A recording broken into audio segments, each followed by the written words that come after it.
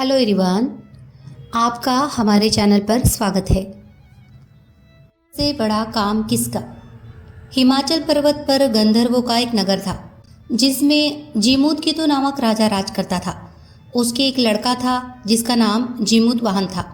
बाप बेटे दोनों भले थे, धर्म कर्म में लगे रहते थे। इससे प्रजा के लोग बहुत स्वच्छंद हो गए और एक दिन उन्होंने राजा के महल को घेर लिया।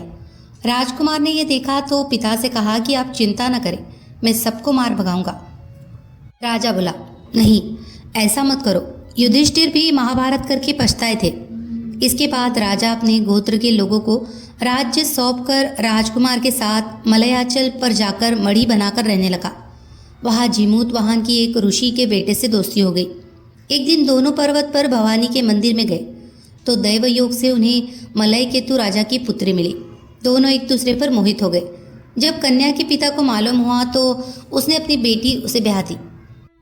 एक रोज की बात है कि जीमूतवाहन को पहाड़ पर एक सफ़ेद ढेर दिखाई दिया।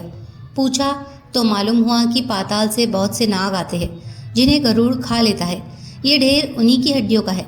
उसे देखकर जीमूतवाहन आगे बढ़ गया। कुछ दूर जाने पर उसे किसी के रोने की आवाज़ सुनाई दी। पास गया तो देखा कि एक बुढ़िया रो रही है। कारण पूछा तो उसने बताया कि आज उसके बेटे शंखचूड़ नाग की बारी है, उसे गरुड़ आकर खा जाएगा। जीमूतवाहन ने कहा, माँ तुम चिंता न करो, मैं उसकी जगह चला जाऊंगा। बुढ़िया ने बहुत समझाया पर वह न माना। इसके बाद गरुड़ आया और उसे चोंच में पकड़कर उड़ा ले गया। संयोग से राजकुमार का बाजूबंद गिर पड़ा जिस पर राजा का नाम खुदा था। उस पर खून लगा था। राजकुमारी ने उसे देखा, वह मूर्छित हो गई। होश आने पर उसने राजा और रानी को सब हाल सुनाया। वे बड़े दुखी हुए और जीमूतवाहन को खोजने निकले। तभी उन्हें शंखचूड़ मिला।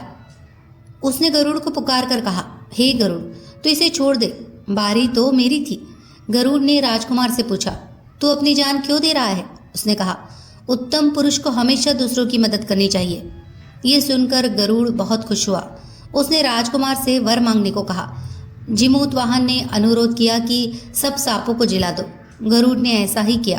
फिर उसने कहा, तुझे अपना राज्य भी मिल जाएगा। इसके बाद वे लोग अपने नगर को लौट आए। लोगों ने राजा को फिर गद्दी पर बिठा दिया। इतना कहकर बेताल बोला, हे राजन, ये बताओ इसमें सबसे बड़ा काम किसने किया?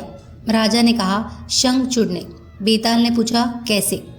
राजा बोला, जीमूतवाहन जाति का क्षत्रिय था, प्राण देने का उसे अभ्यास था, लेकिन बड़ा काम तो शंखचूड़ ने किया, जो अभ्यास न होते हुए भी जीमूतवाहन को बचाने के लिए अपनी जान देने को तैयार हो गया। इतना सुनकर बेताल फिर पेड़ पर जा लटका।